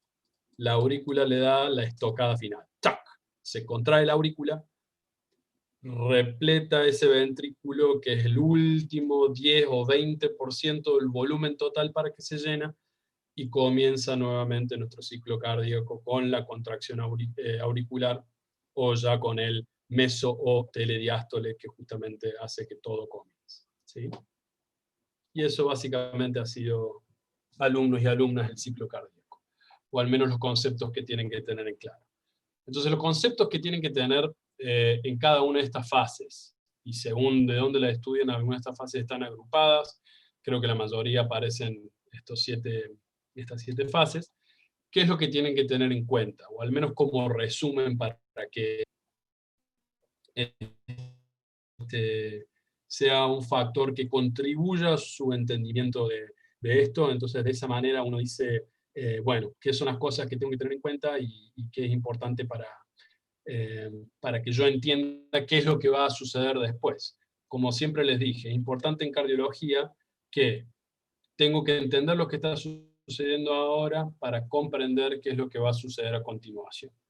En cardio siempre es así. Y básicamente el ciclo cardíaco es la mejor demostración de eso, ¿sí? Entonces, ¿qué es lo que básicamente cubre todas estas fases como para que tengamos en cuenta y la veamos, ¿sí? O al menos qué es lo que tienen que tratar de resumir en cada una de las fases. Si quieren agruparlas en las 4, que es lo que habitualmente pueden llegar a encontrar en otros lugares, habíamos dicho que la primera fase sería la diástole ventricular, mesodiástole y telediástole o diástole tardía, la contracción isovolumétrica, la sístole, ahí ya la agrupa directamente en mesosístole o telesístole, que básicamente serían la eyección rápida y reducida, y después la relajación isovolumétrica, que también agrupa a la protodiástole o al comienzo de la diástole, ¿sí? Entonces, ¿qué cosas tienen que tener en cuenta en cada una de estas fases? ¿Cómo está la presión auricular versus la ventricular y versus la arterial? ¿Sí? Que es básicamente lo que hemos ido analizando en cada una de estas fases. Entonces, ¿en qué momento yo tengo que saber que la presión auricular va a estar más elevada que la ventricular? ¿Cuándo la ventricular va a ser más alta que la auricular? ¿Cuándo la ventricular excede la auricular, pero todavía no excede la arterial? Y así sucesivamente. ¿Estamos? Entonces, ahí pueden anotar, ¿sí? Cosas que tengo que entender de cada una de las fases es relación de las presiones, aurícula versus ventrículo versus arteria, que es básicamente ese famoso caminito que les sigo ejemplificando. ¿Qué pasa si yo comienzo acá en la vena cava? Entonces, ¿qué pasa con mi presión cuando navego por acá? ¿Qué pasa cuando navego por acá? ¿Qué pasa cuando navego por acá? ¿Sí? Tanto lo pueden hacer para el ventrículo derecho como el ventrículo izquierdo. ¿Bien? Después, para que también estén ubicados con cada uno de los fenómenos que vienen sucediendo desde el punto de vista valvular, ya que los hitos que también hemos analizado en el ciclo cardíaco son justamente los ruidos cardíacos, y que básicamente esto es algo que ustedes pueden interpretar desde el examen físico. Entonces, ¿cómo se encuentran cerradas o abiertas mis válvulas auriculoventriculares en cada una de las fases del ciclo cardíaco? Y lo mismo para las válvulas semilunares. ¿Cómo se encuentran abiertas o cerradas las válvulas semilunares en cada fase del ciclo cardíaco? Y por último, ¿cuáles son mis cambios en el electrocardiograma que voy a llegar a tener? ¿Sí? Entonces, ¿qué onda, a qué parte de la fase del ciclo cardíaco representa la onda P? Y en el transcurso de la despolarización y repolarización auricular, sobre qué fase voy a estar, el complejo QRS qué representa y qué fenómenos del miocardio presenta, y de eso se pueden valer de la tabla del práctico que completamos juntos, y por último, la onda T de segmento ST, justamente a qué es lo que corresponde.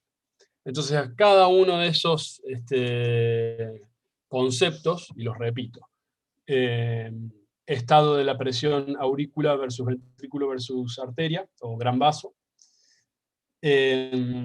estado de la válvula auriculoventricular, ya sea cerrada o abierta, estado de la válvula semilunar o cerrada o abierta, y cambios en el electro, y cada uno de estas la asocian a las fases que estuvimos hablando de ciclo cardíaco. Entonces con eso van a entender qué es lo que está sucediendo en ese momento, qué es lo que tiene que suceder después y por qué tiene que suceder después, ¿sí? ¿Por qué un lado se tiene que relajar para que otra estructura se pueda abrir, para que después la sangre pueda transcurrir por ahí? Es básicamente eso, ¿sí? Es una bomba hidráulica un poquito más compleja y bastante delicada, pero pero en cierto punto se ve como eso, ¿sí? Así que eso es un punto muy importante para que también estimule otra manera de aprendizaje de esto que parece muy complejo, pero bueno, hay que verlo una y otra vez, una y otra vez, una y otra vez. Bueno, muy bien, dudas, preguntas, todo lo que quieran despejar ahora. Profe, a mí me queda una duda. Sí. Con respecto a lo que usted dijo de la inspiración forzada, no me quedó muy claro el tema de por qué tarda más en llenarse el ventrículo derecho. ¿Es porque hay un mayor aumento de presión, pero no cambia el volumen, ¿o sí? Por el tema de la presión que ejercen sobre los vasos colapsables que usted dijo. Bien. Por eso, entonces, ¿qué es lo que sucede? ¿Sí? Vamos a tratar de graficarlo con otro fenómeno que no sea necesariamente la inspiración forzada, ¿sí? Vamos a tratar de graficarlo con lo que se llama la maniobra de Valsalva, ¿sí? Que es lo que más puede llegar a modificar las presiones intratorácicas, que es lo mismo que estamos hablando, y esto también lo han visto en fisiorrespiratorio, que sería la presión intrapleural, ¿sí? Entonces, cuando esta presión se convierte en muy positiva, es decir, un gran aumento de la presión intratorácica, hay justamente compresión de los órganos torácicos, secundarios por la contracción de nuestra jaula torácica, ¿sí? Entonces, hay una presión externa sobre el corazón, y no solo sobre el corazón, sino que los grandes vasos, que son intrapericárdicos, también van a estar afectados por esta presión intratorácica aumentada, ¿sí? Que es lo que hace que específicamente la presión transmural, ¿sí? Disminuya con respecto a la pared de estos vasos. Dentro de los vasos intrapericárdicos, ¿sí? Los que más se van a ver afectados por estos cambios drásticos en presión van a ser los vasos venosos. Los más importantes, justamente, la vena cava inferior, que tiene un recorrido más corto dentro del pericardio y dentro del segmento torácico, y la vena cava superior, que tiene un recorrido mucho más importante. ¿Estamos? Entonces, en este punto, ¿sí? Hay una disminución. ¿Estamos? Porque estamos de acuerdo en que todo el aumento de presión alrededor colapsa, ¿sí?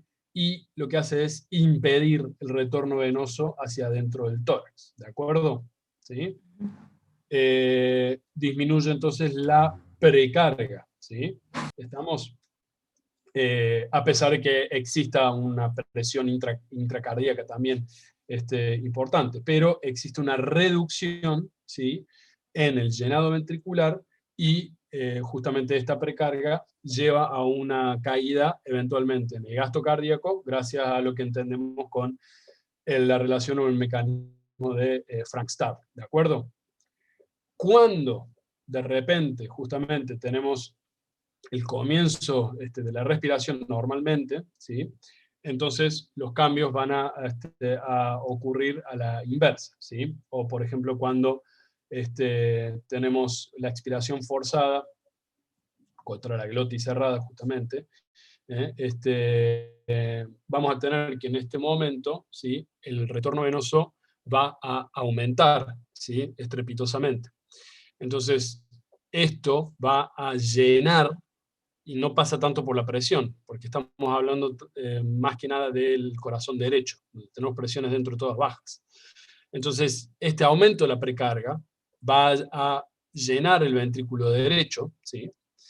Y el gasto cardíaco, o mejor dicho, el volumen eyectivo del ventrículo derecho, por lo consiguiente, va a aumentar. Entonces, dejando las presiones de lado, hablemos de justamente la capacidad de volumen que ganaron nuestros ventrículos, el ventrículo derecho y el ventrículo izquierdo. Si yo tengo un ventrículo muy lleno, o con una cantidad de mililitros que excede normalmente a la diferencia entre lo que hay entre mililitros del ventrículo derecho y el ventrículo izquierdo, ¿qué ventrículo o cuál ventrículo va a eyectar su cantidad ventricular primero? ¿El izquierdo o el derecho?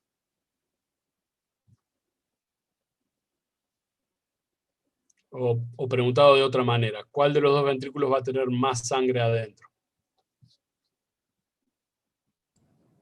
El derecho. El derecho. El derecho va a tener más sangre, ¿sí? Por todo lo que justamente hablamos de los fenómenos asociados, de la cantidad, ¿sí?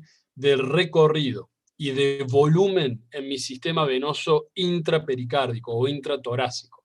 Las venas pulmonares son prácticamente despreciables porque el recorrido es muy corto, ¿sí? Y no están, ¿sí?, dentro de la cavidad colapsable de mediastinal que justamente obedecen estos cambios.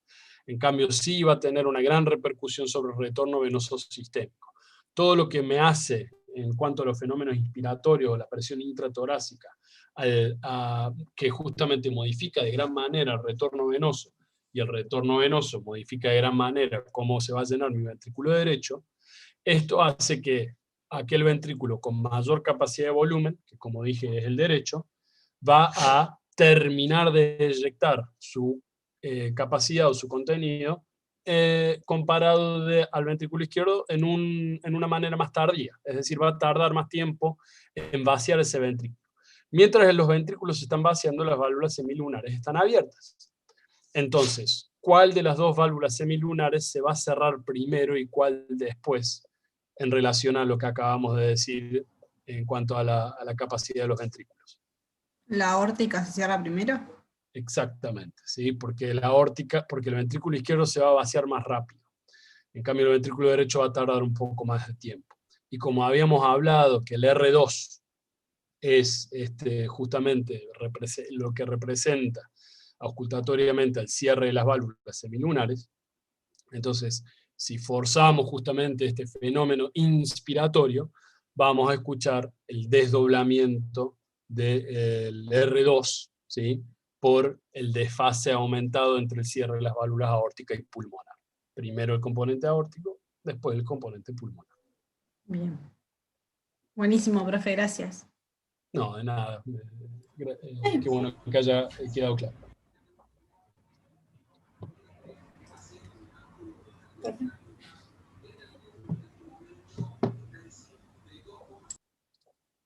Profe, una pregunta.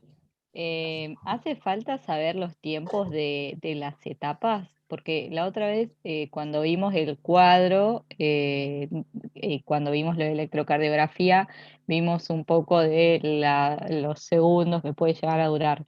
¿Hay que saber más o menos todos o hay alguno específico que tengamos que saber? Creo que había dicho algo, pero no me acuerdo, por eso pregunto. Mi conexión a internet se desestabilizó. No sé si me escuchas ahí. ¿Podría llegar a apagar mi video de nuevo? Ahí está. No, se ¿Me escucha escuchas bien ahí? igual. Ah, bueno. Sí, sí. Lo dejo prendido y si empieza a haber interferencia, escribe por el chat. Se cortó lo que decía, pero como te decía, por mi conexión. Pero me estabas preguntando sobre los tiempos de duración de las distintas ondas o segmentos de intervalos del electrocardiograma específicamente o del ciclo cardíaco. No, del electro. Bien. Va, en realidad en general, pero... Yo no he visto o no recuerdo que hayan tomado específicamente la duración de cada uno de ellos. Porque aquellas duraciones de ciertos segmentos de intervalos que les dije pueden llegar a tener una variabilidad muy grande. Entonces, no se considera dentro del análisis de relevancia del electrocardiograma. Yo sí les dije los valores para completar esa tabla de las duraciones más importantes de lo que sí tienen que saber, que son justamente el intervalo PR o PQ, la duración del complejo QRS y el intervalo QT.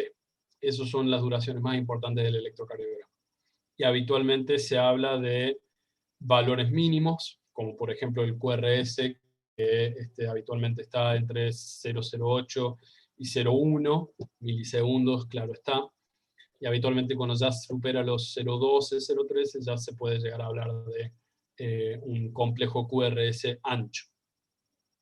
Lo mismo con el intervalo PR o PQ, que justamente la duración, mientras más duración de este segmento es lo que justamente habla sobre la comunicación eléctrica auriculoventricular. y cuando esto comienza a ser más prolongado, más largo, ahí justamente se habla del concepto de bloqueo. Y cuando tenemos una duración mayor de 0,45 o 0,46 milisegundos del intervalo QT, ahí estamos hablando de trastornos de la repolarización ventricular, que es de enorme importancia clínica, porque eso es lo que justamente da a la aparición de arritmias ventriculares, que son en algunos casos fatales. Así que eso para mí tienen que ser los intervalos o segmentos específicos del electrocardiograma que son los números que les di la vez pasada para tener en cuenta. Bien, gracias, profe. No hay problema.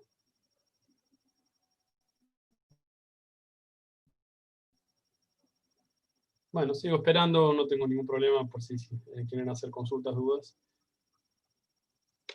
Recuerden entonces que el jueves que viene vamos a hablar sobre relación presión-volumen, y ahí metemos el tema de fisiología del miocardiocito, que cuáles son las cosas importantes a tener en cuenta.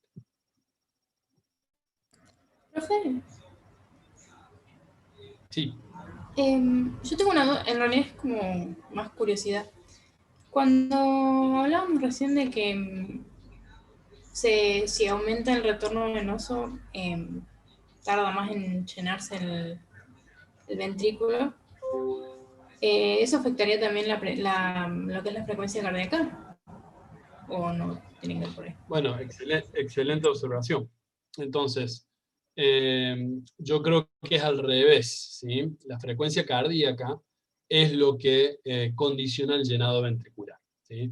Por eso es lo que hablábamos, que en un estado, por ejemplo, de taquicardia, como hay mayor contracción auricular y menor tiempo que se permita al ventrículo relajarse, volvé justamente al gráfico del ciclo cardíaco, el llenado en un estado de frecuencia cardíaca fisiológica o de reposo, si se quiere.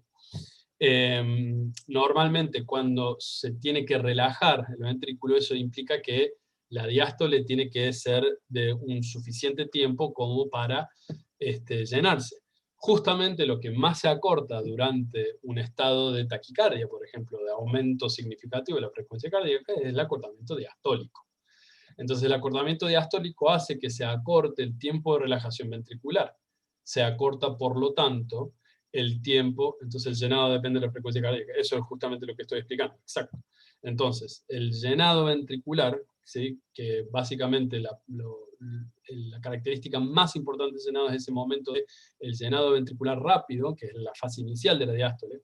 Eso es lo que justamente se ve comprometido en el tiempo en que tarda el ventrículo en relajarse. Una taquicardia justamente no da tanto tiempo a que el ventrículo se relaje del todo y que se llene del todo.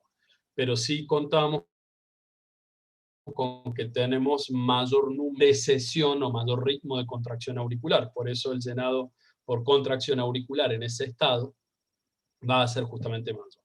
Entonces, los estados, ¿sí?, de taquicardia sostenida no son buenos justamente por eso, ¿sí?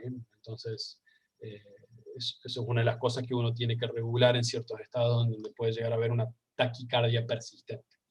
Por eso una taquicardia donde uno tiene habitualmente lo que se llama un estado hemodinámico compensado, en algunas arritmias, por ejemplo, u otros estados, mi corazón está eyectando la suficiente sangre, o mi gasto cardíaco sistémico es suficiente para mantener un volumen minuto fisiológico y eventualmente una perfusión de órganos, que justamente, como habíamos hablado en el práctico pasado, es porque podemos mantener, ¿sí?, dentro del estado fisiológico cardíaco, presión arterial media, ¿sí?, uniforme o consistente, como para tener una buena regulación de todo esto.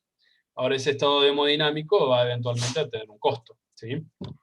Entonces, es muy probable que un estado perpetuo de taquicardia eventualmente lleve a lo que se llama un bajo gasto cardíaco. Ya mi volumen minuto no va a alcanzar para cumplir justamente con mi distribución de sangre al organismo, Por consiguiente va a comenzar a bajar mi presión arterial media y por consiguiente va a comenzar a bajar también mi presión arterial sistólica. Entonces ya en ese punto uno tiene que revertir ese estado de taquicardia porque ya mis ventrículos no se están llenando adecuadamente. Y como pregunta justamente, y si disminuye BFD, ¿qué sería? El volumen de fin de diástole. Sí, exactamente, lo que habíamos hablado por la relación de ley de Frank Starling recién. Si tenemos una disminución de la precarga, eso va a llevar justamente a una disminución de mi volumen sistólico, que es justamente una de las cosas que depende, ¿sí? Mi gasto cardíaco. ¿Bien? Precarga, contractilidad, postcarga. ¿Se entendió? Sí, gracias. Bien, buenísimo. Profe, perdón, la última pregunta y no molesto más. Cuando No hablamos molestia, de, para eso tenemos la clase. cuando hablamos de poscarga, hablamos de aquella fuerza que yo ejerzo para romper la presión, ya no está bien dicho, pero para elevar la presión de una forma en la que supere la presión aórtica, en el caso del corazón izquierdo, y poder eyectar la sangre. ¿Estaría bien decir que es la fuerza de contracción, la poscarga? Venías bien, venías compleja, pero bien. Ojo, compleja, no complicada. O sea, lo explicaste de un modo que yo entendiendo de qué es, lo entiendo. No sé si al compañero tuyo le puedo me quedó claro, pero venías bien. Hasta la contractilidad, ahí podemos meterlo, pero ojo, justamente la contractilidad es carga dependiente. ¿Eh? Eso es un concepto muy importante. ¿Estamos? De esas tres famosas parámetros del cual depende justamente mi volumen eyectivo, la contractilidad es carga dependiente. No importa qué carga, ya sea aumentada, disminuida, justamente vamos a tener. Lo explicaste dentro de todo bien, algo complejo, pero todo aquello lo que se va a oponer a mi vaciado ventricular, eso es básicamente la poscarga. Eso es básicamente, muy resumidamente y mucho menos complejo. Bien. En parámetros fisiológicos, para que vos comprendas, básicamente cuando hablamos de poscarga, la igualamos con el concepto de resistencia vascular periférica, ¿sí? En lo que es el estado fisiológico, porque uno dirá, la resistencia vascular periférica, ¿qué tiene que ver si tengo una estenosis aórtica? Está bien, eso es un estado patológico en donde justamente mi precarga va a condicionar el volumen eyectivo ventricular, pero justamente lo que lo condiciona en mi estado fisiológico, que lo puedo ir regulando, bueno, no conscientemente, justamente el sistema nervioso autónomo lo regula, es justamente la resistencia vascular periférica. Y por eso justamente el hipertenso crónico o sostenido es lo que justamente está haciendo de manera lineal en el tiempo. Está aumentando progresivamente su poscarga hasta cierto punto, obviamente, no es indefinido, pero lo aumenta de tal manera en donde el ventrículo, siguiendo la relación de Frank Starling, tiene que justamente adaptarse a eso, y el método de adaptación es justamente la hipertrofia, para justamente tener la relación de una mayor cantidad de fibras miocárdicas al tener mayor repetición y mayor secuenciamiento de ese estado de cumplaje excitatorio contráctil. Y lo va a ir aumentando en relación justamente a esa poscarga, ¿sí? Que no implica contractilidad, sino que implica adaptación para vencer esa poscarga, para justamente adaptarme a lograr mi objetivo del volumen eyectivo de la persona o el organismo que estemos hablando. ¿Se entendió? Buenísimo. Sí, gracias, profe, porque siempre me confundo, porque, bueno, hice taller B este año también, entonces como que es muy difícil poder diferenciar o separar las dos cosas, entonces al momento de hablar de cardio es como muy complejo el tema de poscarga, precarga y Eso, gracias. Cardio es complejo. Así que estoy para ayudarlo lo más que pueda. Perdón, Sofía Fuentes, ahí tenés una mano levantada. Puede ser, es la primera vez que veo ese iconito. No, profe. No, perdón, era mi mouse, mil disculpas. Tenía una manito y yo pensé que era. Bien, entonces. Entonces, ¿está bien decir que la poscarga es la tensión que debe superar para poder realizar la disección y esto está determinado con la resistencia? Sí, lo que acabo de decir. O sea que en un paciente hipertenso aumenta la poscarga. Claro, exactamente, eso es lo que ejemplifiqué. ¿Por qué la profe en el teórico dijo que lo tomó como tensión y no resistencia vascular? Creo que todos los años sale esta pregunta. Cuando muchas veces hablo de presión arterial, empiezan a decir, no, pero hay una diferencia entre tensión y presión arterial. Yo voy a decir lo siguiente, para tampoco entrar en polémica y lo que mucho menos quiero hacer es confundirlo a ustedes, sino que más bien aclarar cosas para que ustedes entiendan. Basta, Luke. La tensión justamente es el fenómeno físico cuando estamos hablando de el cambio, o matemático, físico, o sea la fórmula que quieren poner, porque ahí sí soy realmente muy malo, o al menos lo tengo que repasar rápidamente antes de su momento de dar los prácticos. Eso es lo que justamente va a contribuir, la famosa ley de Ohm, para un cambio en la resistencia, ¿sí? Ya sea para disminución o para su aumento. Pero sí, ciertamente tiene que haber tensión, porque estamos hablando de un lecho que responde, ¿sí?, con el músculo liso vascular, que es lo que justamente determina en un organismo estos parámetros físicos que hablan sobre cualquier pasaje de líquido en un cilindro. Entonces, cuando agrupas todo eso, ¿sí?, ahí se habla de resistencia total, ¿sí? Tenés la tensión, que podés hablar sobre la tensión en un vaso, ¿sí?, o en un lecho capilar específico. Pero acá estamos hablando de gasto cardíaco. Entonces, es el corazón versus todo mi lecho contráctil o arterial. Y eso es justamente la resistencia vascular periférica. ¿Es una tensión? Sí, son muchas tensiones. El concepto físico es el de tensión, no tengo dudas que es así. Por eso creo que no son términos que necesariamente sean la antípoda de uno a lo otro. No son términos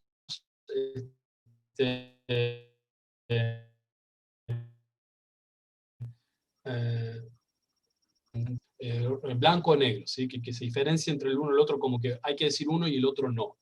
Más bien es justamente que se ejerce tensión en la pared vascular y la suma de todas esas tensiones contra la que tiene que latir mi ventrículo, o eyectar, mejor dicho, contraer mi ventrículo, es justamente la resistencia vascular periférica. En suma, lo que hace que sea mi poscarga en el organismo o en el cuerpo humano. Por eso, sí, es algo que se ha debatido.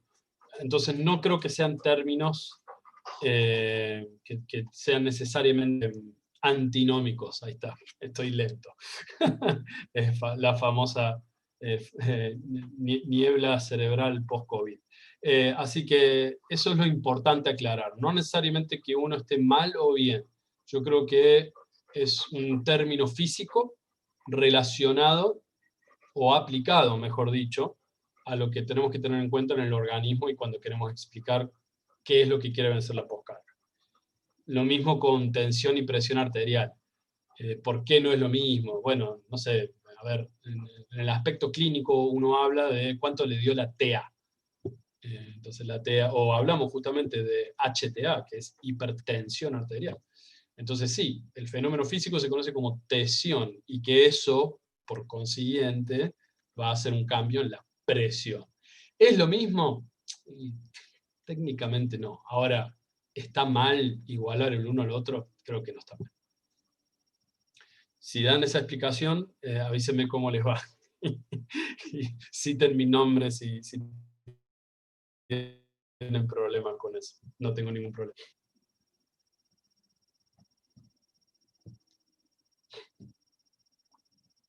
Bueno, gracias a ustedes, gracias siempre por esta hora. Me quedo un ratito más, así nos vamos todos a preparar una cena. Si es que tienen hambre, pobres. Bueno, gracias a ustedes, gracias. Nos veremos los que quieren el jueves de la semana que viene. Nuevamente, si hay dudas con respecto a lo que no voy a estar dando, o lo que no alcancé a cubrir, o las dudas que no se alcanzaron a decir de todo en estas sesiones, tienen mi mail, tienen el Petco, por ahí me pueden hacer preguntas sin ningún tipo de problema. Bueno, buenas noches, vayan a hacer algo más divertido. Chao, nos vemos, gracias por venir.